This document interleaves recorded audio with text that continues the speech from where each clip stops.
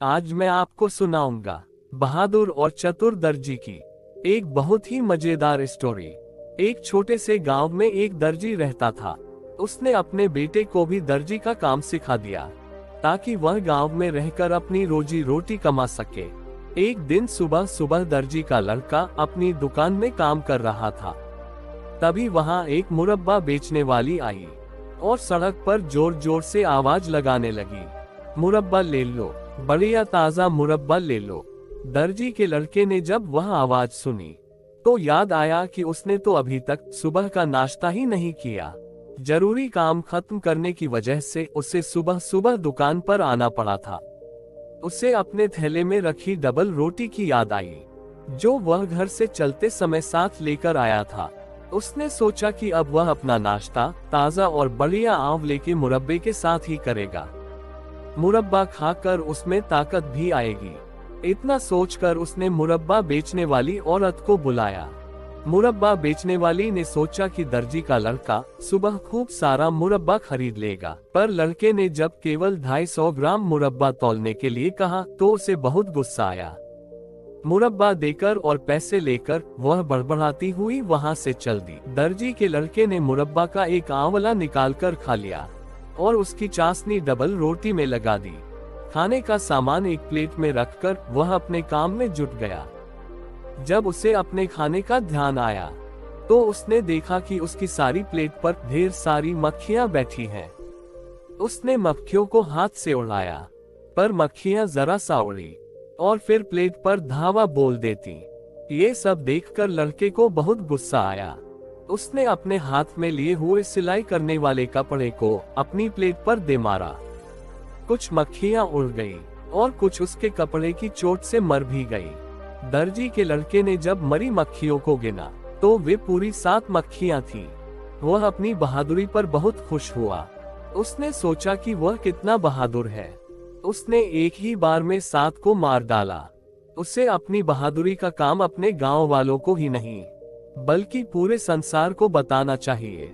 ऐसा सोचकर उसने झट से कपड़े की 2 पट्टियां बनाए और उन पर लिखा, एक ही वार में 7। एक पट्टी उसने अपने गले में डाल ली और दूसरी को अपने पेट पर बांध लिया तथा सिलाई का अपना काम छोड़कर अपनी दुकान में रखा पनीर का टुकड़ा लिया और छोटी चिड़िया जो पिंजरे में थी अपने हाथ में उठाए और दुकान बंद करके वह अपनी बहादुरी दिखाने के लिए अपने गांव से निकल पड़ा। वह अपनी बहादुरी पर इतना खुश था कि बहुत दूर तक पैदल चलने पर भी बिल्कुल नहीं थका। जंगल और खेत पार करने के बाद वह एक पहाड़ी से गुजर रहा था। वहीं पर उसे एक बहुत बड़े शरीर वाला आदमी बैठा हुआ दिखाई दिया। वह दर्जी तेजी से चलकर उस आदमी के पास पहुंचा और उसे अपनी कमर में बंधी तथा गले में लटकी पट्टी दिखाकर बोला, तू ये पट्टी पढ़ सकता है तो तुझे पता लग जाएगा कि मैं कौन हूँ। वह आदमी उस नगर का पहलवान था। जब उसने पढ़ा कि एक ही वार में 7, तो उसने सोचा कि उसने जरूर एक ही बार में 7 आदमी मार दिए होंगे। पर उसके शरीर को देखकर पहलवान को लड़के की बात पर विश्वास नहीं हुआ। पहलवान ने एक पत्थर उठाया और उसके 2 टुकड़े कर दिए। फिर उस लड़के के हाथ में एक पत्थर देकर उसके 2 टुकड़े करने के लिए कहा। लड़के ने बड़ी चतुराई से वह पत्थर अपनी जेब में रख लिया और चुपके से पनीर निकालकर उसके 2 टुकड़े कर दिए। अपने पत्थर का रंग बदला हुआ देखकर और उसके 2 टुकड़े देखकर पहलवान के दिल में उस लड़के के लिए थोड़ी इज्जत पैदा हो गई। पर अब वह एक बार फिर उस लड़के की बहादुरी को परखना चाहता था। उसने एक बड़ा सा पत्थर उठाया और बोला, देखना मैं इस पत्थर को कितना ऊंचा फेंकता हूँ। फिर मेरे बाद तुम भी एक पत्थर ऊपर की ओर फेंकना। फिर देखते हैं कि किसका पत्थर ज्यादा ऊपर जाता है। जिसका पत्थर ज्यादा ऊंचा जाएगा वही बहादुर माना जाएगा। इतना कहकर उस पहलवान ने एक बड़ा सा पत्थर ऊपर की ओर फेंका। पत्थर काफी ऊंचा गया पर फिर जमीन पर आ गिरा। दर्जी बोला, तुम देखना मेरा पत्थर कभी वापस नीचे नहीं आएगा। और इतना कहकर उसने अपनी जेब से वह चिड़िया निकाली जो वह अपनी दुकान से लाया था और ऊपर हवा में उड़ा दी। चिड़िया फुर से हवा में उड़कर गायब हो गई। पहलवान ने देखा कि उसका पत्थर तो सचमुच गायब हो गया। जरूर इस दर्जी के हाथ में जादू है। ये सच ही कह रहा है कि इसने एक बार में 7 को मार दिया। इससे लड़कर वह क्यों अपनी हड्डी पसली तुड़वाए। पहलवान ने उस लड़के को बहादुर मान लिया और बिना लड़े वहां से उठकर चला गया। अब तो दर्जी को और भी अभिमान हो गया कि वह बहादुर ही नहीं बल्कि चतुर भी है। उसने अपनी चतुराई से इतने बड़े पहलवान को भगा दिया। अब वह अपना भाग्य आजमाने के लिए आगे चल पड़ा और चलते चलते एक राजा के महल के सामने पहुंच गया। उस महल के आगे एक बहुत सुंदर बाग था। उसकी हरी हरी घास पर वह लेट गया। थोड़ी ही देर में उसे गहरी नींद आ गई। जब राजा के सेवक वहां से गुजरे तो एक अजनबी को सोता देखकर उसके पास पहुंचे और उसके गले तथा पेट पर बंधी हुई पट्टी पड़कर बहुत हैरान हुए। सोचने लगे, इतने बहादुर आदमी को तो राजा को अपने राज्य की सुरक्षा के लिए रख लेना चाहिए। ऐसा आदमी आसानी से कहाँ मिलता है। कुछ सेवक दौड़कर राजा के दरबार में पहुंचे और उस लड़के के बारे में बताया। राजा ने अपने सिपाहियों को भेजकर उसे अपने दरबार में बुलवाया। राजा ने जब उस लड़के के गले में बंधी पट्टी को पढ़ा तो बहुत खुश हुआ। राजा ने उसे अपनी सेना में सेनापति बना दिया। राजा के सैनिकों को ये बात ठीक नहीं लगी। उन्होंने सोचा कि एक दुबला पतला नौजवान एक ही वार में 7 को कैसे मार सकता है। ये सब झूठ है। सेना का पहले वाला सेनापति इस निर्णय से बहुत ही नाराज था, पर उस नए सेनापति से झगड़ा मोल लेने के लिए वह तैयार नहीं था कि जब वह अकेला ही 7 को मार सकता है तो वह अकेले आदमी को यूं ही मसल कर रख देगा। उस सेनापति ने अपने सभी विश्वसनीय साथियों को बुलाया और उन सब से सलाह की कि नए सेनापति से कैसे छुटकारा पाया जाए। राजा की सेना के कुछ प्रमुख लोग राजा के पास पहुंचे और उन्हें अपनी नाराजगी बताए। राजा को ये जानकर बहुत दुख हुआ कि उसके पुराने विश्वसनीय सैनिक उस नए सेनापति के अधीन काम करना नहीं चाहते। इससे तो अच्छा है कि उस नए सेनापति को ही इस पद से हटा दे। पर उस दर्जी की बहादुरी के कारण राजा भी उससे दुश्मनी मोल नहीं लेना चाहता था। राजा ने अपने दरबार के अन्य लोगों से सलाह ली और फिर अंत में उससे छुटकारा पाने की तरकीब निकाली। उसने नए सेनापति के पास संदेश भेजा कि वह सेनापति बनना चाहता है तो उसे अपनी बहादुरी की परीक्षा देनी होगी। इस समय उसके राज्य में 2 भयंकर राक्षस चारों ओर उत्पात मचा रहे हैं। आम जनता का जीवन दूभर हो गया है। अगर वह उन दोनों राक्षसों को मार दे तो उसका विवाह वह अपनी बेटी से कर देगा और साथ में उसे आधा राज्य भी मिलेगा। इन दोनों राक्षसों को मारने के लिए वह कुछ सिपाही भी अपने साथ ले जा सकता है। लड़का राजा की शर्त मान गया और बोला, मुझे सिपाहियों की कोई जरूरत नहीं है। मैं एक ही वार में 7 को खत्म कर सकता हूँ। वे तो केवल 2 ही हैं। इन 2 से मुझे कोई डर नहीं है। इतना कहकर वह तलवार लेकर राक्षसों को मारने के लिए निकल पड़ा। राजा ने कुछ सिपाही उसके पीछे भेज दिए, पर जब वह जंगल के पास पहुंचा तो उसने उन सिपाहियों को जंगल के बाहर रुकने का आदेश दिया और स्वयं जंगल में घुस गया। वहां उसने चारों तरफ देखा तो उसे एक विशाल पेड़ के नीचे 2 राक्षस सोते हुए दिखाई दिए। उन दोनों के खर्राटे इतने भयंकर थे कि आसपास के जानवर भी डर के मारे इधर उधर भाग रहे थे। दर्जी को एक तरकीब सूझी। उसने कुछ मोटे मोटे पत्थर उठाकर अपनी जेबों में भर लिए और फिर उसी पेड़ पर चढ़ गया जिसके नीचे वे दोनों राक्षस सोए हुए थे। पेड़ पर चढ़ने के बाद इसने पहले एक राक्षस की छाती पर फिर दूसरे राक्षस की छाती पर पत्थर फेंकने शुरू कर दिए। पत्थर की चोट से दोनों राक्षसों की नींद खुल गई। एक राक्षस ने सोचा कि उसका साथी उसे पत्थर मार रहा है तो दूसरे ने भी यही सोचा। पहले वाले को दूसरे पर गुस्सा आया तो उसने दूसरे साथी की नाक पर एक भूसा जमा दिया। इस पर दूसरे साथी को भी गुस्सा आ गया और उसने उठकर अपने साथी की नाक पर एक भूसा जमा दिया। इधर जब दोनों ने आपस में लड़ना शुरू किया तो दर्जी ने चुपके से कभी एक के सिर पर तो कभी दूसरे के सिर पर पत्थर गिराने शुरू कर दिए। पत्थर खाकर दोनों ही राक्षस एक दूसरे के खून के प्यासे हो गए और आपस में पूरी ताकत से लड़ने लगे। दर्जी ने एक बार भारी पत्थर दोनों के सिरों पर गिराए तो उन दोनों ने आसपास के पेड़ उखाड़कर आपस में मारपीट शुरू कर दी। वह दोनों तब तक लड़ते रहे जब तक दोनों मरणासन नहीं हो गए।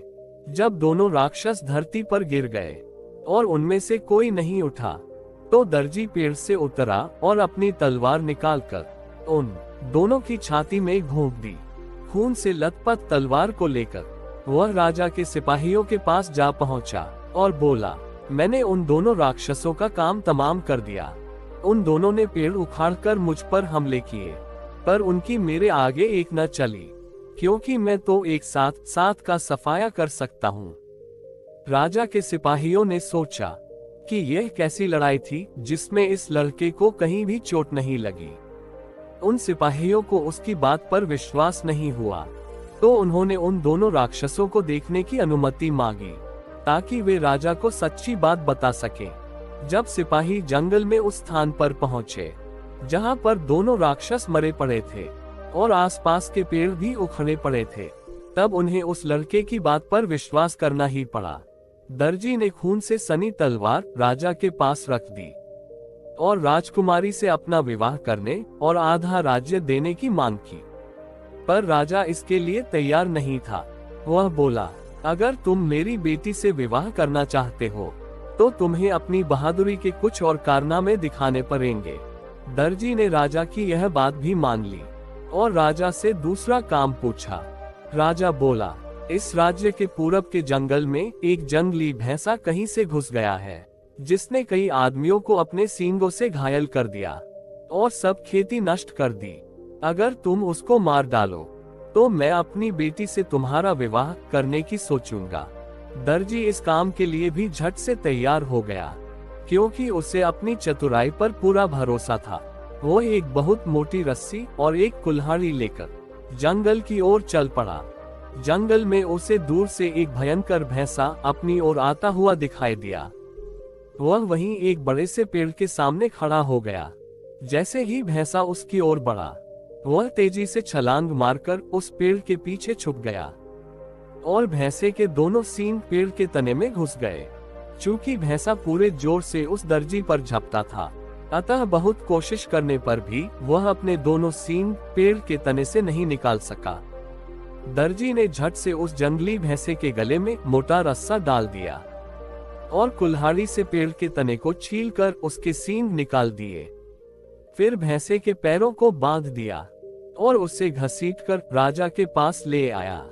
राजा उस लड़के को भयंकर भैंसे के साथ देखकर हैरान रह गया। उसे महसूस हुआ कि इस लड़के से पीछा छुड़ाना इतना आसान नहीं है। इस बार लड़के ने फिर राजकुमारी से अपना विवाह करने की मांग की और आधा राज्य भी मांगा। राजा ने उससे छुटकारा पाने के लिए फिर बहाना ढूंढना शुरू कर दिया। वह बोला, ठीक है, अभी एक काम और बाकी है। अगर तुम इसे पूरा कर दोगे तो मैं तुम्हारा विवाह अपनी बेटी से जरूर कर दूंगा और तुम्हें आधा राज्य भी दे दूंगा। लड़के ने उस राजा से काम पूछा तो राजा बोला, मेरे राज्य के पश्चिमी भाग में एक भयंकर तेंदुआ रहता है। अगर तुम उस तेंदुआ को मार डालोगे तो मैं तुम्हारा विवाह अपनी बेटी से अवश्य कर दूंगा। तुम इस काम के लिए कुछ शिकारी भी ले जा सकते हो। दर्जी ने कुछ शिकारी अपने साथ लिए और खुद एक तलवार लेकर जंगली तेंदुआ को पकड़ने चल पड़ा। जंगल में घुसने से पहले उसने उन शिकारियों को जंगल के बाहर उसकी प्रतीक्षा करने के लिए कहा और खुद अपनी तलवार लेकर जंगल के अंदर चला गया। वह धीरे धीरे सावधानी के साथ जंगल की ओर बढ़ने लगा, पर एक छोटे से चर्च के पास आकर रुक गया, क्योंकि कहीं से उसे जंगली तेंदुए की भयंकर आवाजें सुनाई दे रही थीं। अगले ही पल तेंदुआ तेजी से उसी चर्च की ओर आता हुआ दिखाई पड़ा। उसे देखकर वह जोर से चीखा और फिर दौड़ता हुआ उसकी ओर लपका। वह झट से पास वाले चर्च में घुस गया और वहां से फिर चर्च की ऊंची खिड़की से बाहर कूद गया। उसका पीछा करते करते तेंदुआ भी चर्च में घुस गया। पर वहां उसे दर्जी नहीं मिला। दर्जी ने फौरन दौड़कर चर्च का फाटक बंद कर दिया। इधर चर्च की खिड़की काफी ऊंचाई पर थी। तेंदुआ उस खिड़की तक नहीं पहुंच सका और चर्च के अंदर ही भाग दौड़ करता रहा। दर्जी ने जंगल के बाहर खड़े हुए शिकारियों को जोरों से आवाज देकर अपने पास बुलाया, ताकि वे सब भी उसकी बुद्धिमानी देख ले। राजा के पास जाकर उन सब शिकारियों ने भी दर्जी की बहादुरी और बुद्धिमानी की खूब प्रशंसा की। अब तो राजा को हार कर उस लड़के से अपनी बेटी की शादी करनी पड़ी और साथ में उसे आधा राज्य भी देना पड़ा। राजा और उसकी बेटी दोनों ही इस विवाह से खुश नहीं थे, पर क्या करते। शादी के कुछ दिनों बाद राजकुमारी अपने पति के बराबर में सो रही थी। तभी उसने अपने पति को सपने में बड़बड़ाते हुए सुना, लड़के जल्दी जल्दी कपड़े तैयार कर, अगर ठीक समय पर काम खत्म नहीं किया तो तुझे थप्पड़ दूंगा। राजकुमारी ने अपने पति के स्वप्न में बड़बड़ाने की बात अपने पिता को बताए तो राजा को ये जानकर बहुत दुख हुआ कि उसका दामाद एक दर्जी है। वह तो उस लड़के से हर कीमत पर छुटकारा पाना चाहता था। उसने अपनी बेटी को सांत्वना दी और कहा, कल रात को तुम अपने सोने का कमरा खुला रखना। आधी रात में मेरे सिपाही उस दर्जी को उठाकर ले जाएंगे और उसके हाथ पैर बंधवाकर हम उसे एक नाव में डालकर छोड़ देंगे। वह खुद ही मर खप जाएगा। पर दर्जी के विश्वसनीय सेवक ने पिता पुत्री की बातें सुन ली और जाकर अपने मालिक को बता दी। दर्जी ने उसे धन्यवाद दिया और दोनों बाप बेटी को सबक सिखाने की सोची। अगली रात को वह सोने का बहाना बनाकर चादर ओढ़कर सो गया और फिर जानबूझकर पहली रात की बातें दोहरानी शुरू कर दी। ओ लड़के, जल्दी जल्दी हाथ चला, आज ये सारा सिलाई का काम खत्म कर, नहीं तो तुझे 2 झापड़ दूंगा। मैंने 7 को एक ही बार में खत्म कर दिया। 2 राक्षसों को सदा के लिए सुला दिया। जंगली भैंसा और तेंदुए को जिंदा पकड़ लिया। मुझसे वे सारे सिपाही भी डरते हैं जो मेरे कमरे के बाहर खड़े हैं। जब राजा के सिपाहियों ने दर्जी की बातें सुनी तो वे भी डर गए कि यह तो सोते सोते ही सब बातें जान लेता है। वे सब डर के मारे वहां से भाग खड़े हुए, जैसे कोई जंगली जानवर उनके पीछे भाग रहा हो। दर्जी से छुटकारा पाने में राजा को कोई सफलता नहीं मिली और वह अपनी बुद्धिमानी से राजा बनकर सुख की जिंदगी बिताता रहा। धन्यवाद। आपको ये कहानी कैसी लगी? नीचे कमेंट करके हमें जरूर बताएं। अगर आपको ये कहानी पसंद आई हो तो अपने दोस्तों के साथ जरूर शेयर करें और ऐसी ही प्यारी कहानियां सुनने के लिए हमारे YouTube चैनल से जुड़े। अब आप मुझे Facebook पेज पर भी फॉलो कर सकते हैं, वहां भी आपको ऐसे ही बहुत सारी कहानियां सुनने को मिलेगी। पेज का लिंक आपको वीडियो के डिस्क्रिप्शन में मिल जाएगी। आप लोग जाके जल्दी से फॉलो कर लें।